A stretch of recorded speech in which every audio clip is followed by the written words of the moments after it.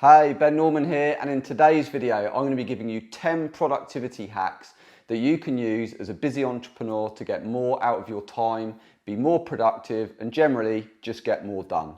So we all know the busy life of an entrepreneur, you're constantly on the go, you're constantly trying to do 100 things at once, so being able to get more at the same amount of time is essential. I like to look at it as a battery. You wake up in the morning with a full charge. You've only got so much in the tank, so you need to be kind of smart about how you use that time to get the most out of your day.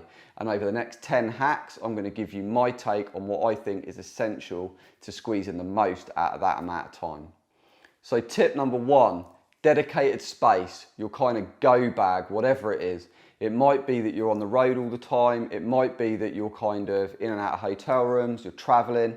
Whatever it is, you need to be able to create your own dedicated space. So if you're lucky enough to be based out of an office or out of a home office, you've got a dedicated environment, you have all your things there, this is amazing.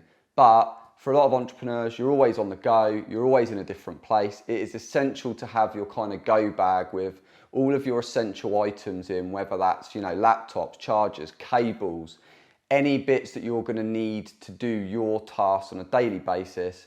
I kind of like to call it a go bag. You've got everything there that wherever you turn up, wherever you're at, your kind of office is all there in that one go bag.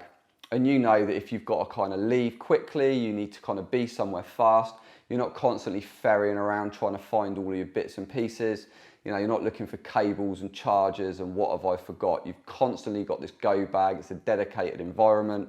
You can kind of grab that, off you go, and you know that wherever you end up, you've kind of got your whole office environment in one dedicated bag. Tip number two, remove distractions. Sometimes you're restricted on where you're working. Sometimes it might be quite noisy, whatever it is. If you've got your go bag, you've got your headphones in there, you can kind of zone that out. You can create your own dedicated space wherever you are.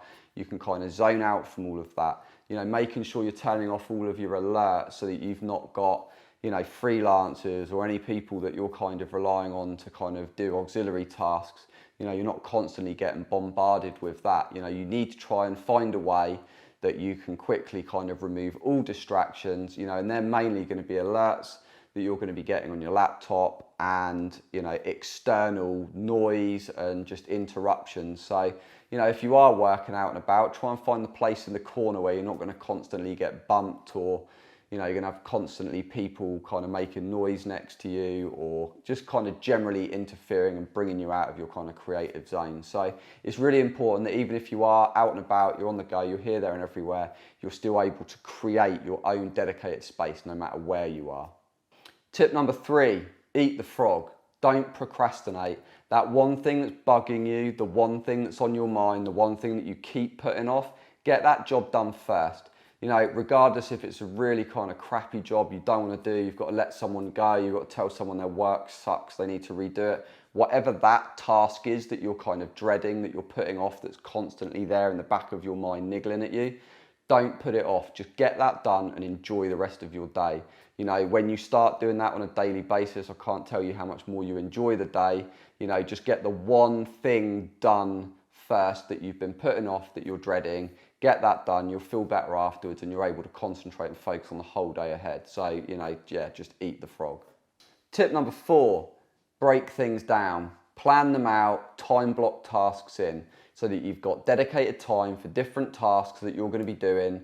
If you've got big projects, make sure you break them down to individual tasks. You've got dedicated time for each of those. So you're able to, instead of just looking at this massive thing that you've got to kind of get done, you've broken it down in little tasks. You hit that time period, you focus on that task, you get that done, then you get on to the next. By doing this, you kind of remove a lot of that kind of procrastination and general looking at a big task and going, what the hell, how am I going to do this? You've already broken it down, you've already timed it out, how long it's going to take you, and as long as you keep putting one foot in front of the other, getting each task done, you'll get to the end and you've achieved, the big task, that big project, whatever it is, without constantly just looking at it, and you'll end up just putting it off. So kind of break things down, plan them out, and make sure that you've got them scheduled in. So tip number five, deep work. Yeah, what is that one thing, the one big chunky meaty thing that you're doing, the one thing that you're probably putting off? That's the big thing. You need to be time blocking out, you know, for deep work. So giving yourself kind of like a minimum of like a 3 or 4 hour chunk where literally everything is off. You are just focused 100% on that one thing, so that every day you know you're progressing towards the end of getting that done. Because that would be the one thing that you need to get done, the most important thing that you're working towards. But because it's that big important thing, people tend to have this kind of behavior where they pull forward all the little tasks. I'll get all the things ticked off my list and then I'll focus on it. The problem is the next day there's another load of little things. So this one big thing ends up getting pushed out and out and out. So by kind of scheduling every day this kind of deep work time, block booking it out, and just all you do in that is that one thing, you make sure that you dedicate time to it and you actually get stuff done and you kind of progress on that big project day after day after day without letting all of these kind of little distractions come in and kind of sap that time away. So make sure you're putting in time for deep work. Tip number 6, breaks. Make sure you are taking regular breaks, but make sure you plan them in as well. You don't want to just be willy-nilly kind of taking breaks here, there and everywhere. It will sap your creativity. You know, you'll be off saying yes to whoever for coffee. Make sure you're planning stuff in. So you've planned social times in, you've planned breaks, you plan time to go and have lunch, go and do this. You know, even better, try and plan it in so that you're actually doing something productive as well. You know, the whole kind of eat lunch, watch a TED talk. You know, whatever it is, learn at the same time. You know, it's able just to be able to multitask in that time where normally you'd just be sat eating. You know, family, friends, things like that. Make sure you build that into that time as well, so that you're kind of getting that time.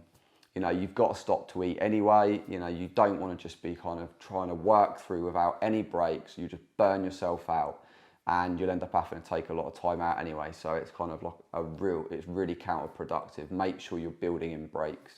Tip number 7, batch processing. Now this is really, really cool. It's a really good time saver, especially doing things like videos.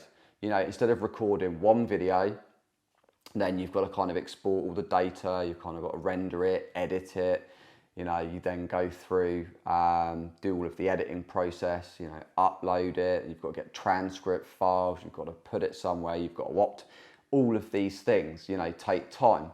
But if you batch process, if you do all of your videos at the same time, so you do like a week's worth, a month's worth of videos, all in one time. You've only got to set the camera up once. You've only got to get all your kit out once. You've only got to get all your clothes and your different changes out once. Then you record them all. Then you pull all of that data across to editing. You sit down, you get in your zone for editing and you edit all of those videos at the same time. By doing this, you save countless amount of time just because you're not having to constantly get set up for different tasks. You're already in that zone, you've already got everything set up, and you can kind of batch process it all in one go. And this is what a lot of people, when they're really, really efficient, you're like, how the hell are you getting all this done? You know, batch processing is one of the main things that people are doing. And if you look at a lot of the people on YouTube that are putting out a lot of video content, you're like, how the hell are they doing this? They must be recording every day. They're not. It's just batch processing. They're recording lots and lots of videos in one go, and then they're going and editing all of those videos in one go, and it just speeds up the process. They get a lot more content and can get onto the next task. So make sure you look at batch processing as well to speed up your productivity. Okay, so tip number 8, it can be a bit hard as an entrepreneur if you've not got a full-time team, if you've got freelancers and you've got people you're outsourcing stuff to, make sure you're delegating. Certain tasks that you do can sap your time. You hate the tasks anyway, and actually, if you look at some of these outsourcing sites like Upwork and places like that, you're able to outsource these tasks really, really cheaply to other people that, you know, probably have better skills than you in those tasks anyway. And actually you can strike up relationships with these people, and you can, even though you don't have a full-time team, you can build up this kind of external workforce that you call on when you need stuff done. And by doing that, you can also speed it up, like with the batch processing. If you're doing a task and then that gets pushed to somebody else to do their bit, to somebody else to do their bit, as long as you've got that process worked out quite nicely, it can really kind of speed it up. You can kind of get the finished article delivered back to you without having to spend a load of time doing tasks that you could be, you know, better spending your time doing something else. So before we get on to the next point, I'd love to know, what's your kind of go-to strategy for being the most productive you can, for squeezing the most productivity out of a day? Hit me up in the comments below, let me know what yours is, and let's get on to the next point.